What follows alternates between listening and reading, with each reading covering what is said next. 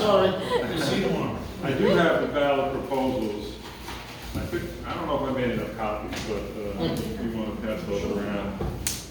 Just so you Bob, can, excuse me, is there a website that we can go to? yeah, you just go, the city has, you can go to the Charter Commission's website and they go over them. There's going to be actually more than the ballots that the Charter Commission came up with. There's another one from the state, that's number one. The state's doing something on, and I'll read it because I just looked it up today. It's really allowing skiing and related trail facilities on state forest preserved land. The site is 1,039 acres, requires the state to add 2,500 acres in forest land. So you can look at this, you can look this up. I mean, if you like skiing, you could vote yes on that, or you don't. That's up to you. But that's not what I'm here to talk about. What was just mentioned about they're essentially doing, and listen to this, expedited land use review process. You all know what ULURP is, right? Uniform Land Use Review Process. This is now expedited. So that means fast tracking it, getting it through. It's a developer's dream. So it's really question number two. This is question number two. The first one looks like it'll be the state, what I just mentioned, environmental on parks. This one is relates to us directly. It says, and they say, the kind of language of this bill is the Affordable Housing Fast Track is targeted effort to promote more equitable development of affordable housing while preserving the ordinary process of land use review in most of the city. Under this proposal, the Affordable Housing Fast Track would only come into play in 12 community districts that permit the least affordable housing. Ours. All right, that's what that says. So, like, and it's mostly in the transportation deserts. Right? Hello. And there's a reason for that. Again, they want to share the misery because many districts have affordable housing and they have a population. In community districts like us, we've earned it. We bought our homes. We worked hard for many years, saved up, bought a house. One family, maybe two family. We wanted to go in the backyard and feel sunshine on our faces, and that's why we live in communities like this. Well, they want to change that. So they're targeting 12 communities, the ones that have the least amount. And Corey Johnson tried this with the council. When I was my first term, he was the speaker. I think it was, and it was killed later on because it really targets the outer boroughs, let's say. I don't want to put it that way. So I would say vote no on that one, right? Here's another one. And this is targeting this neighborhood and surrounding neighborhoods and neighborhoods like mine, which is very much like this. In low-density districts, meaning zoned R1 through R5, what is this area here? Do you know? Probably around R2. Yeah, so between 1 and 5, that's the ELURP, that's the expedited land use review process, would be available only for zoning map changes to another low-density district, enabling modest multifamily housing with a standard height limit of not more than 45 feet. So neighborhoods like this, which is R2 or R3, whatever, you can build a 4.5-story building, meaning right next to your one family or 1-story or 2-story buildings. So in a nutshell, it means you'll be allowed in the current low density zones everywhere. You're allowed to do this 45 feet tall apartments. So that is so dangerous because that would make this neighborhood like R5D essentially. And you didn't vote for that. In fact, many of us, like my neighborhood, we worked hard to preserve what we had. We tried to keep our one-family homes. We tried to keep our 2-family homes, but developers came along and they've converted some of them to 3 and 4 illegally, some legally. They found little loopholes, but this would codify it to make, and would essentially make this district an R5D. which is, you don't want to live, I didn't want to live in R5B because I didn't want larger, apartments. I wanted to sit in my backyard and feel the sun. This is going to eliminate that. So what is this going to mean? It'll mean developers will descend upon this neighborhood and other neighborhoods like this. Now, do you all come from this area, or do you come from different areas? If you all come from this area, you should really get your neighbors to come out and vote against these measures, because they're really destructive to our way of life. When you attack us at home, and that's what Eric Adams has done here, he's attacking us where we live.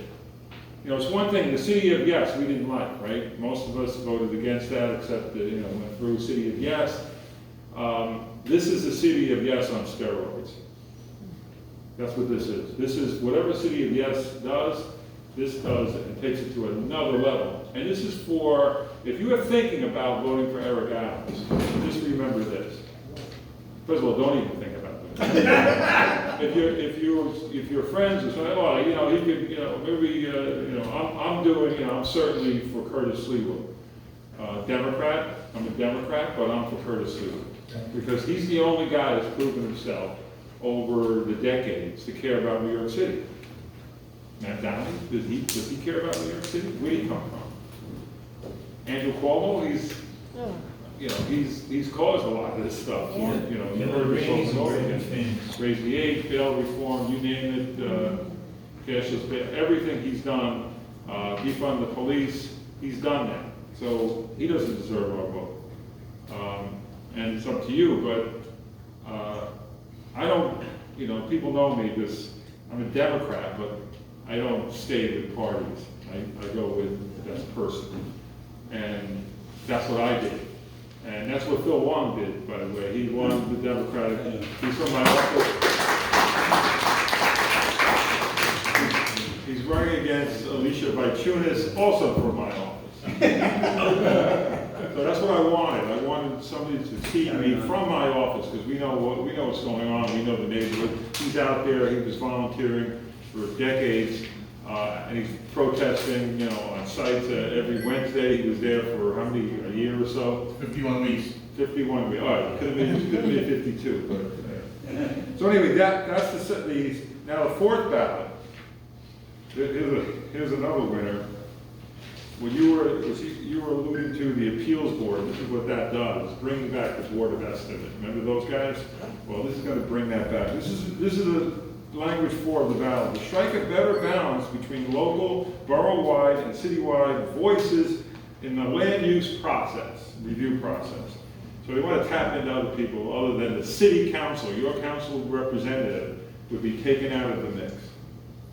Your city council member, who you duly voted for, I don't know if you did, but if you voted for the person, that person then will not be in the mix here for this panel, this appeals board.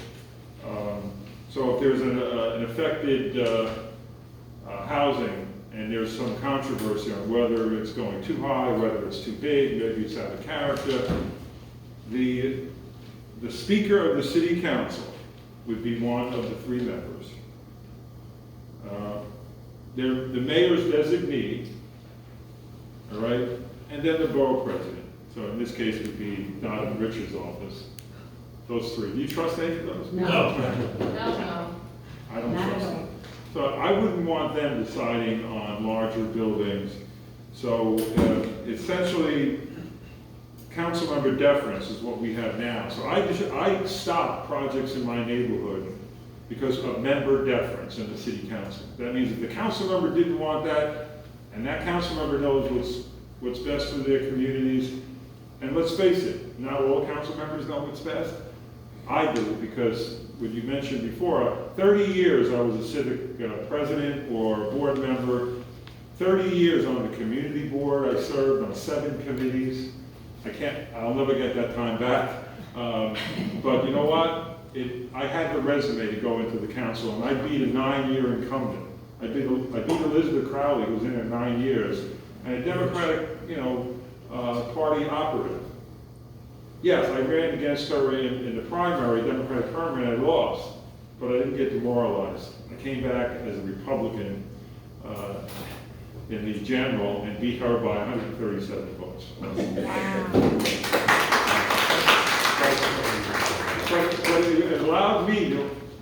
I know, being on the community board, many of you are, you're civic presidents, you're members of your civic association. You know the character of your neighborhood. You know what we have to preserve. You know that putting a 4.5-story building next to, or 5-story, 6-story that this might do, next to a one family, a ranch house, would destroy the quality of life of the neighborhood. Yeah. Yes, your houses might be worth more, might be. But what happens to that neighborhood? The quality of life will drop.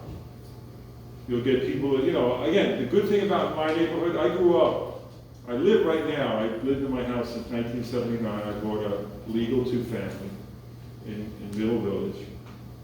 Around the corner from where I was born, my mother was born. My mother was born around the corner from where I live now, 1924. She passed away a few years ago during COVID, thanks to Governor Cuomo. Put her back in a nursing home. She got COVID in a nursing home. Put her in a hospital, and I couldn't see her for 6 months. You couldn't visit anybody. And she finally passed, but I did get to see her a few times, but she was already not with us in a coma. So it was tragic. But she caught COVID in a nursing home.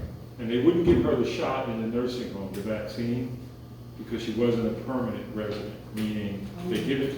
You remember in the beginning of the COVID, there was limited shots, so they were, hoarding their shots and said, we're only going to give it in this nursing home, to the people that are current residents of it, and not the people that are just coming from a hospital and, going to leave us in 6 weeks, 8 weeks, whatever it was. So that's why she got COVID, and she got, pneumonia on top of that, and passed away. But she was very healthy. She was 94 years old, but she was very, very healthy. Did a lot of vitamins and took care of herself. But unfortunately, the COVID took her.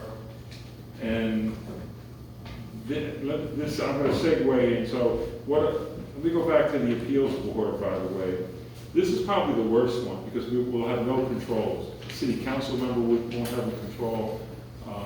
And the borough presidents that we elect in Queens, for some reason, have not come from civic associations.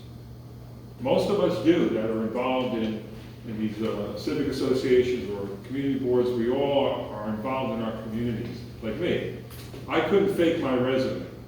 But my colleagues in the council, most of them, they came from other offices, political offices. That means they were the chief of staff of, Councilmember X. They were an aide to this council member. They were a Democratic Party operative. And what they did, when they do get elected, they hire everyone that helped them get elected. From the party, from unions, from special interests, not-for-profits. Where did I get my people from? I got from the neighborhood who were volunteers, who were members of the civic association. That's the difference. At one point, I had 11 members in my office, 11, let's say, staff members. 6 were Republicans, 5 were Democrats. And it just happened to work out that way. But I caucus with the Common Sense Caucus, which I created in 2021. And at that time, we had 4 Democrats and 5 Republicans. So we were almost evenly matched. Now since Councilman Yeager left, he was a Democrat from Brooklyn, we have only 2 Democrats, Susan Slang from Brooklyn, myself, and the rest 6 Republicans. Is it 6 or 7? 6. I don't know, I lose track. But hopefully, we'll have more of an even split. We'll have more Republicans in the city council, or more common sense Democrats, which is few and far between. There's another ballot question, which is number 5, is to modernize the city map. I don't even care about that. But if you want to vote for that, I would say vote no on everything, just so you don't. It doesn't matter, to modernize the city map. I think they do it anyway, so why make that a valid issue? What I wanted to make an issue And I asked the mayor twice, wrote letters to him on his charter commission, testified at the charter commission, that put sanctuary cities on the ballot, let the people decide. And that was in the first charter commission that he created, that was the most people testified on that issue to make sanctuary cities a ballot question. Whether New York City should be, or even the state for that matter, should be a sanctuary city or a sanctuary state. And the mayor didn't have enough guts to do it. So that cost us that question. Instead, he came up with these questions. Not the questions we really care about, that our money, 6.7 billion, 7 billion, whatever was spent on migrants and putting them up in shelters, while our veterans are in the most miserable homeless shelter on Gordon Avenue. It's a converted office building. It's really miserable.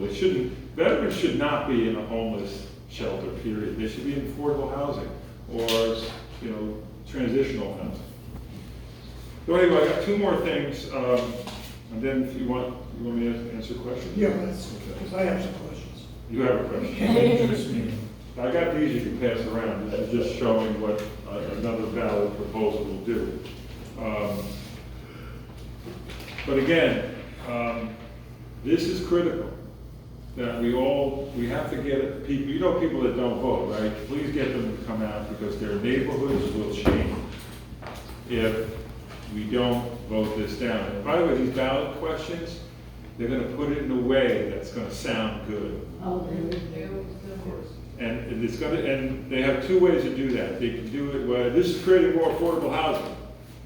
Right? More affordable housing, it really doesn't. It creates more housing maybe, but it's not gonna create quality of life. Certainly it'll take away, it'll shove into neighborhoods more people.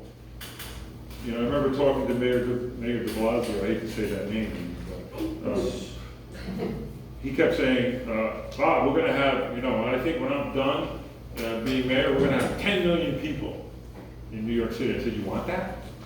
Tell me why do you want that? I said, I can't get around now. The LIE takes me an hour to get out from Middle Village to here. It takes you almost an hour. And that's on a good day. Rush hour, it's tied up traffic. Why do we need 10 million? Why this push for more people? Why not, work on what we have and build the infrastructure. Let's maybe create more ferry service, so maybe we could take a ferry to LaGuardia Airport. I have a bill, by the way, in front of the council that does just that. So we can alleviate some of the traffic that we have on the LIE here, and certainly the Clearview and so forth. All right, so I guess I'll take some questions. So my understanding is laws have to apply equally throughout the geopolitical area. Then we have that weird thing in New York State. All cities over 1 million. They won't say this applies only to New York City. All cities over 1 million, and we know it's only for New York City.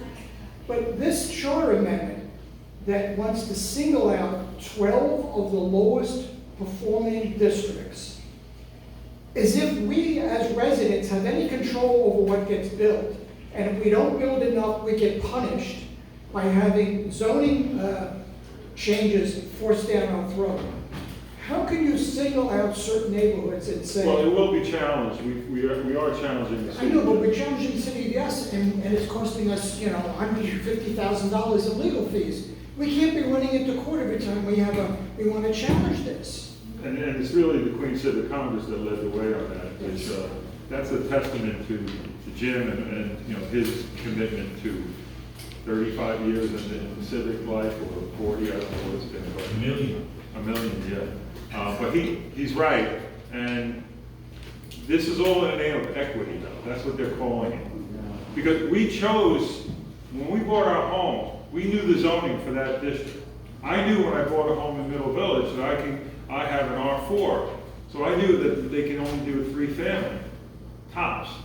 And even now, I got contextual zones, and I actually went out and we went door to door, because the Department of City Planning at that time, in the early 2000s, when I created this, I said to them, we gotta, you know, all the housing stock, we gotta preserve it. So I want to do a zone for one-family attached homes. There's no zone that I know of in the city of New York that protects one-family attached, which I have a lot of. With community driveways, I have a lot of those in Middle Village and Maspin. So I wanted something to protect that. Bloomberg came back to us and he was mayor and he says, yeah, but you gotta give up something. If I'm gonna do that, and I'm gonna protect your contextual zones or create contextual zones, you're gonna have to upzone Queens Boulevard. We said, no, we really don't wanna do, you know, 11-story buildings. They did it anyway. But we did get our contextual zones, but we had to, listen to this, we had to go door to door on every house in the district that we were doing. And you're talking about 100,000 homes. So we had to get together a bunch of people and do a year-long study. We went door to door, they gave us the forms, and we had to fill them out. We did a clipboard, and we did it. And now we want to throw all that out the window for these ballot proposals, because Eric Adams is very, very kind to developers, and that's what this is. And it's so obvious that the press is though following along. Oh, we need more affordable housing, we need more housing. And they even lied to the city council when the commissioner of city planning got up and says, New York is not creating enough housing. We're not creating enough housing. We're like near the bottom of the list. And during the meeting, I Googled something and I found out that New York City created the most housing in the country. And I said, Commissioner, you just mentioned something that was totally false. Oh, I was talking about in the last decade, and he was trying to like get around it. I said, no, you said in the last year. Now you're trying to lump in like a whole decade. We lead the country in creating apartments. Look at Williamsburg. Look at any Long Island City. It became a real city. Look at Flushing. Look at Flushing. Look at you look around the city and you see the amount of apartment buildings that are rising up. Even in Manhattan, those skinny buildings that nobody lives in. those apartments, you know, they're probably $5, $10, $20, $30 million, and they're creating not affordable housing, luxury housing. And so all these proposals won't do anything like what you said, but they're pretending that it's bringing equity. Everybody's going to do their fair share. And I couldn't believe they said that. And they were proposing city of yes, we got to do our fair share. I said, wait a minute. I bought my home in an R4 zone. You're going to change it to R6? That's ridiculous. Oh, your house will be worth more. I said, yeah, my house will be worth more. I'll get more for it. But what is that going to do to the market? People can't afford, you're pushing the prices up. And they said that. They even said, yeah, that could happen, but we can't control that. Really? So this is what we're facing with this equity situation that they're pretending to do, create more housing. And by the way, this has a good chance of passing because of the way they're positioning it. So we have to really take to the streets and defeat this one. And defeat this communist mayoral candidate, because that's going to be dangerous too, because he's going to push all this through. And worse, this is nothing compared to what he's going to do in Downey. Future villain in this part of the world is the New York City Board of Education School Construction Authority. And the buildings that they have thrown in here, despite the community board fighting them off, despite the elected officials, are the examples that you're getting. Where you have a residential neighborhood where a 5 or 6 story building goes up. This is what Palomino's next meeting is going to be about one of these down there. And similar to what you said about Queens Boulevard is what's going on here on Northern Boulevard. You are watching a freight train come out Northern Boulevard of buildings that are going, because they had to give something. And this IBX that they're proposing, you heard about that, I don't think it affects this area so much as my district. They're already talking about upzoning, so I can get 8 to 10 story buildings because it's near one of those train stations. Yeah. And it'll be light rail. It's you think that light rail is going to work anywhere in New York City? It's going to be packed in, you know, what I'm saying is, if you want to build the IBX, make it where you can get to LaGuardia Airport. And if you see, if it ends at Roosevelt Avenue, they could have continued it another half a mile and picked up LaGuardia Airport. And I proposed that with the Regional Plan Association. And when I got into office 8 years ago, I proposed that. I said, if you're going to do something, you're going to build a railroad, make it where we can get to the airport and we don't have to go through all this traffic. And, you know, it'll save the environment. You have a right of way there. I said, you only have to spur about a half a mile that you have to build. And, oh, that's a good idea, Councilman, and it never went anywhere.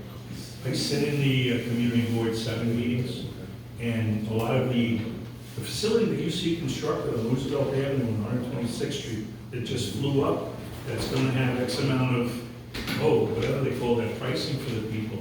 The promise is that they're gonna redo the train station there at City Field, or whatever you wanna call it.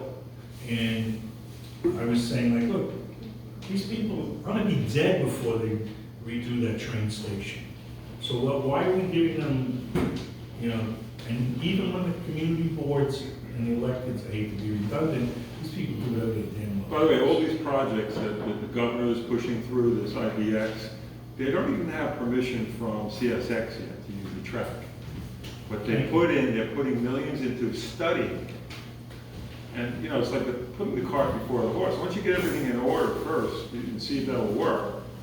But make it where, this is the train to nowhere. So that one, remember de Blasio had something he was going to do on the East River. Remember that what was that called? Sunday side yards. No, it was a trolley. It was going to run along they had a name for it at that time. It was like... It was a light rail. Yeah, it was light rail, but it was like a lot in the street and a lot was around the water. The developer's property. Yeah, it was going nowhere. And then what they eventually created was, you know, a ferry, which was bad. You got a waterway. Why build expensive tunnels when we have waterways that we're really not utilizing so much, like other cities have done? Digress a little. We've been hearing a lot of rumors of the Masons, and we have I think a lot of people think Chris has a great shot, and Democrats are just looking over, and some people think that Chris should give up and let the Democrats fight out that. What do you think about all this? I mean, I'm backing Curtis. He said he would make me deputy mayor, so that's. Well, that's a good reason. No, he keeps saying, he says it all over. I don't know where he got it from. He knows I taught for 40 years in CUNY, so he says, I'm gonna make, and he doesn't even ask me, but he gets on TV and he goes, I'm gonna make Bob Holden chancellor of the school. He knows where the bodies are buried. I don't know where the bodies are buried. I was in higher ed. I wasn't in the board. So I got on the phone with him. I said, please stop saying that. The last job I want, I don't want to be chancellor of the school. That's an impossible job, and I'd go nuts because, we had a principal of a high school that was corrupt, and he was changing grades. He was giving Maspeth High School. He was giving grades to people that didn't show up. He was padding everybody's grade. Everybody passed. You didn't have to show up. And we uncovered all this. And so we got him tossed out. But guess what? He had a sweetheart deal. He's in the rubber room for 7 years at full pay. oh my God. 7 years. You know what they said? And I met with Chancellor Banks when he first came in, and I complained about it. I said, how do you guys come up with this? You're wasting so much money. He's making $200,000 a year or more, and you're going to get paid for 7 years for screwing up and cheating? He goes, yeah, but what if we lost the case? That's how they think. Oh, and then we had to put him back in the school. I said, no, you don't. You're the chancellor. You don't have to put him back in the school. They don't want to make waves. And by the way, it's not their money, it's your money. So that's why, parochial schools can educate a child for half of what we're doing in our public schools, and they still want more money from us in public education. So you think having more Democrats in the race is better for them? You think having like Adams and Cuomo and Mandani in the race. All Let me tell you something, let in me the- tell you, because I heard this, and the worst thing I don't like to hear from people that are either Republicans or common sense people or that are moderates. They say, well, I don't like Cuomo, and I don't like Mandani, I don't like that guy. But Eric Adams, we know what we're getting with him. I said, yeah, what you got was corruption from him. Right. And the guy should have been in jail. Yes, absolutely. And I was one of the first council members to call for his resignation when he got indicted. And that's why he doesn't talk to me so much. He only, has his first deputy mayor, Randy Maxwell, speak to me because, we're about he's about the same age and we talk to each other very nicely, but Adams and I have nothing in common. You agree? But certainly, would Adams be better than Mandani? Yes. Would Cuomo? Yes. They don't pull enough votes from Mandani, so Curtis could slip in. No, but I think Curtis has a better shot at this floor, or three, That's right. Okay, or that's three. okay. If there's two, then we got a problem. It's hard, okay, perfect, that's what I thought too. Yeah, let's get somebody else who didn't, okay, we can get back to I'm you. more interested in cold hard facts than political rhetoric. So one of the issues that affects your district that is very strong out here is, for example, the hotels that can immediately convert it into either rehabs for convicted criminals or for homeless people, and 185th and LIE just flipped from being ex-cons to being homeless people. And once again, everybody, the elected official in the community boards and everything is like, how do we, okay, you can laugh at me, how do we stop City Hall from running roughshod over all the people that are actually concerned with their communities? And it's, Well, there's no end to this. They're not simple answers to any of Yeah, that. that's what I'm saying. No, but I'd I'll rather tell you talk how, about we this beat over back a homeless shelter at the Holiday Inn. That was a very famous one. We Yes. protested every night. And Phil was with us on that one, and that's how I met Phil. He was protesting a homeless shelter, the Pan Am, on Queens Boulevard, a block away from his home. And there were 800 people in that one. Remember the old Pan Am? Absolutely. Yeah. That's a massive building, and they just like shoved everybody in there. And it was done with the blessings of the council member at the time, Danny Drum. And we knew that would be bad for the neighborhood. So we went out, and Phil went out, and I showed up to a press conference, and we protested. And then when we had the same thing in my district that Phil was having in his, we got a proposal at the Holiday Inn. We all went out, and Phil came to us, and he came with his civic association, and we banded together. We beat that one. Why? We were out there every night, and guess what we did? And you gotta do a little homework on this. We found out who the owner of the hotel was, Mr. Patel. We found out where he lived. We went out with a bus, or a few times, to his home and protested in front of his house. You want to affect our neighborhood with 200 men in a homeless shelter that have no connections to our neighborhood? We're going to affect your quality of life. So we have, and the way I did it, the way at the time I was president of the Civic, is I said, we're going to make him, before we go out to his home, we're going to make sure he knows that we know where he lives. So we sent him a bouquet of flowers from my friend Tony LaFlores.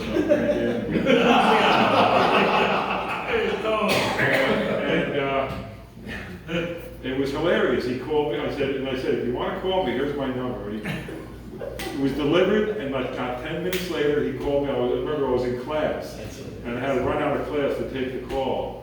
And he goes, I really don't want to do this, but de Blasio is telling me I got to do it, or he's going to hurt me on other projects.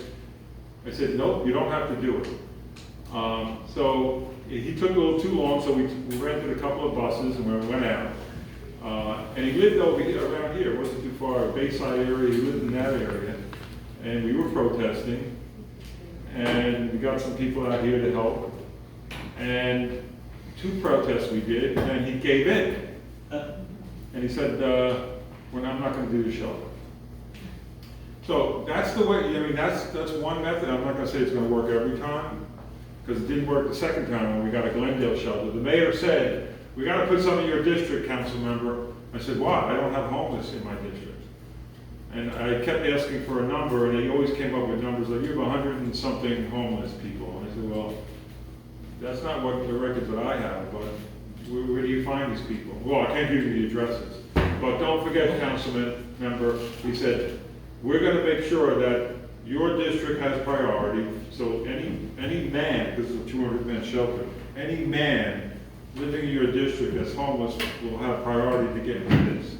We wanna keep them in their neighborhood. So I said, all right, and then, so what about and then the second quality is Queens County. So if they come from Queens, they'll go into this shelter. Okay. A year later, we do a check. How many people are from my district in this shelter? 0.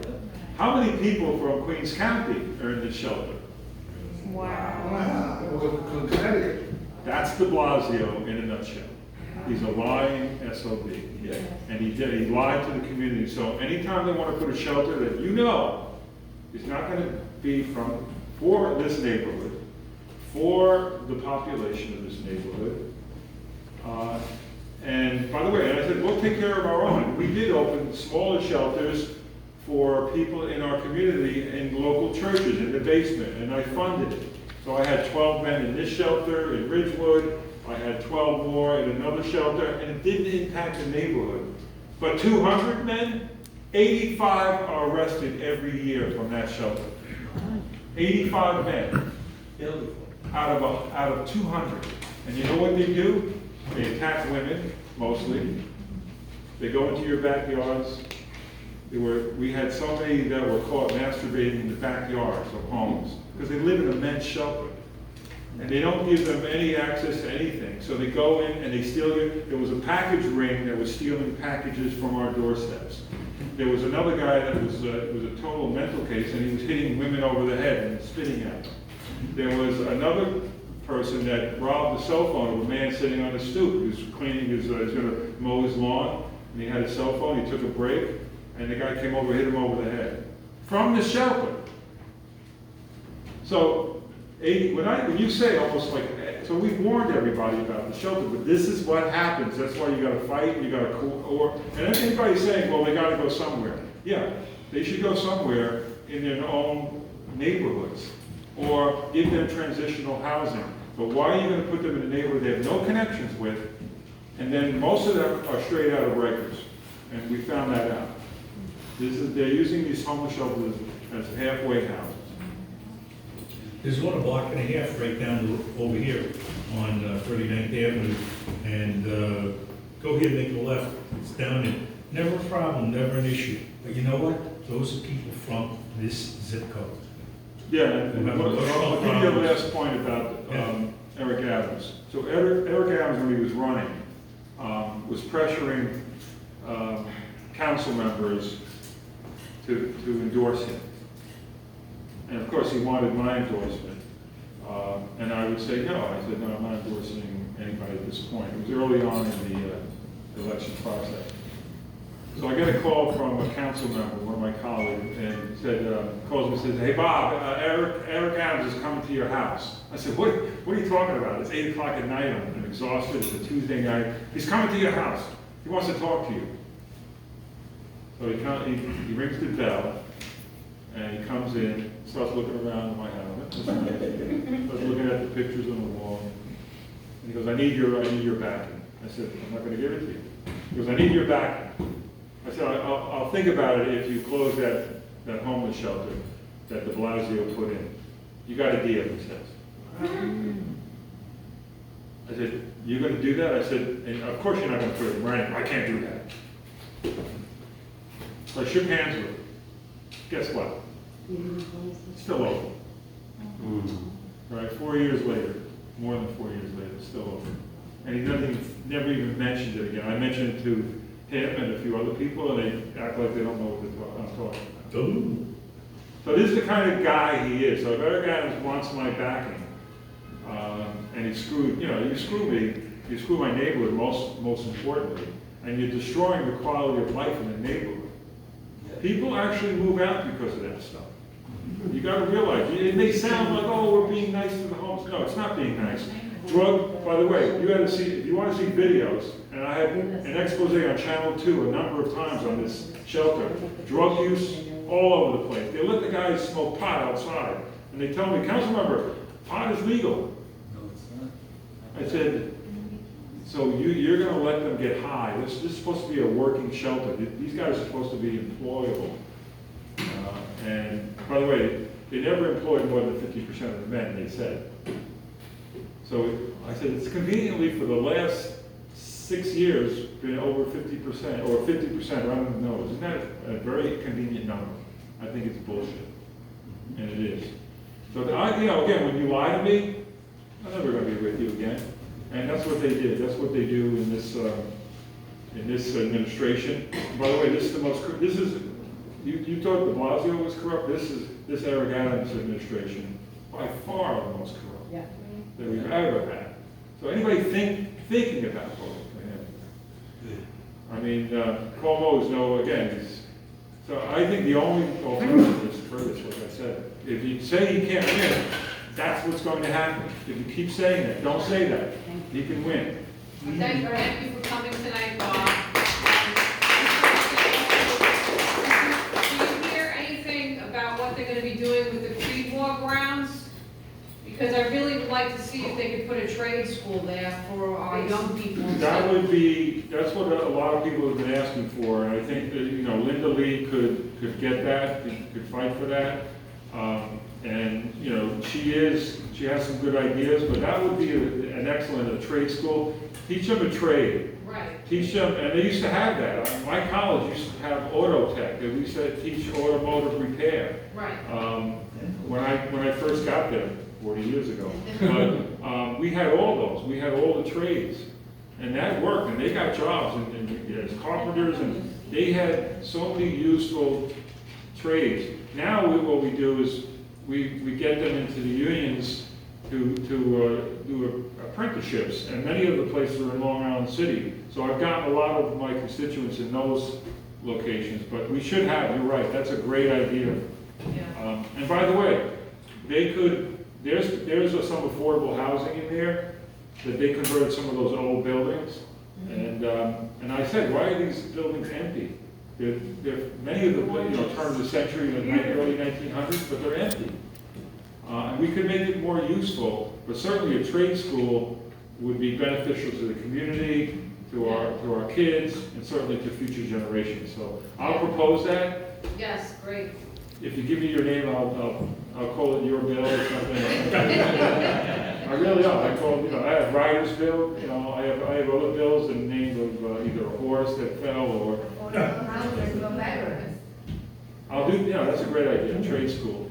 Yeah, trade school and some housing for the veterans also. If you could put Veteran that housing I there. have proposed in there. Yeah. So because I'm the veterans chair of the city council. Well, I just escaped from transit. And one of the things is our manpower to private sector workload is physically 100 to 1. I watch our crews spend 2 days to paint the wall smaller than that, while private sector guys came up, painted the entire wall for graffiti in 2 minutes flat. Okay? So we spent 6 men, 2 days, 2 trucks, plus a guy in the office, probably cost the city $15,000 in manpower and equipment. What did you do in engineering? I was with the engineering construction division. Now it's capital program, they keep changing the name. Has it gotten worse since the pandemic? Because nobody wants to work after the pandemic. That's what we. It was always horrible, okay? I mean, when you can put that much manpower to paint one wall, and 2 guys come up with a pickup truck and physically paint it in 2 minutes, okay? I wish you had like a video of that or just like some pictures of that. I could show you where the... I would love to do an expose saying, this is the MTA, and this is what... We paint walls with stucco rollers, okay? Interior, you know what a stucco roller is, the bushing... Yeah. Because they're too lazy to paint the corners. So if you get a stucco roller and you ram it So they use up, and they spend all day to do a half-hour And job. that's a great segue, that government is not efficient. And anything that's, there's an authority, by the way, the MTA, they waste money. And, I know some bus drivers who call me up all the time, they want me to expose it. They said over half of the people that get on their buses in Jamaica or along the routes in Queens don't pay. Go to the Bronx. Don't pay. Yeah. And they tell us, Don't he said- pay. So the guy calls me, the bus driver calls me, goes, they tell us to report it, I do, and nothing happens. They don't do anything. You go to Prospect Park in Brooklyn. I was there for the entire night, okay? One kid paid the fare. One kid, he must have been on the team because he had a trophy. So I guess he didn't want to get in trouble. Every 30 seconds, someone was jumping the fare. And it was funny because I was talking to the cop, and we're standing there, and the first guy goes to jump the thing, and he sees the cop and he waits. The next guy goes to jump, 30 seconds later, the first guy, no, it's a cop there. They got the 4 guys, and I'm laughing with the cop. I says, hey, we're getting quite a crowd here. And I looked to my left, and there was no cop. He walked around the corner, the 4 guys jumped the turnstile, and then he walked back. They're not identified. The reason why, listen, I know why the cops don't want to engage, They're not identified. because the qualified immunity is not around anymore, so they could lose a home, they could lose their. I know cops, life savings. same thing. They lose their pension. If something goes bad, let's say they go after their gun, and there's a struggle and the person gets shot, or they choke the person. So many things can happen, and this is what the city council did to our police force. And Jessie Tisch doesn't like this, because when I met with her, I said, I remember when the cops were cops. When they had qualified immunity, when they were real cops, and they would stick their necks out. Now I don't see that. I said, we got the NYPD B team. And I hated to say that, because I'm a big supporter of police. But I said, the COs of the precincts couldn't even be lieutenants or sergeants years ago, 20 years ago. Because I don't see real talent. I see a few people that are committed, but most, you can see they gutted our NYPD.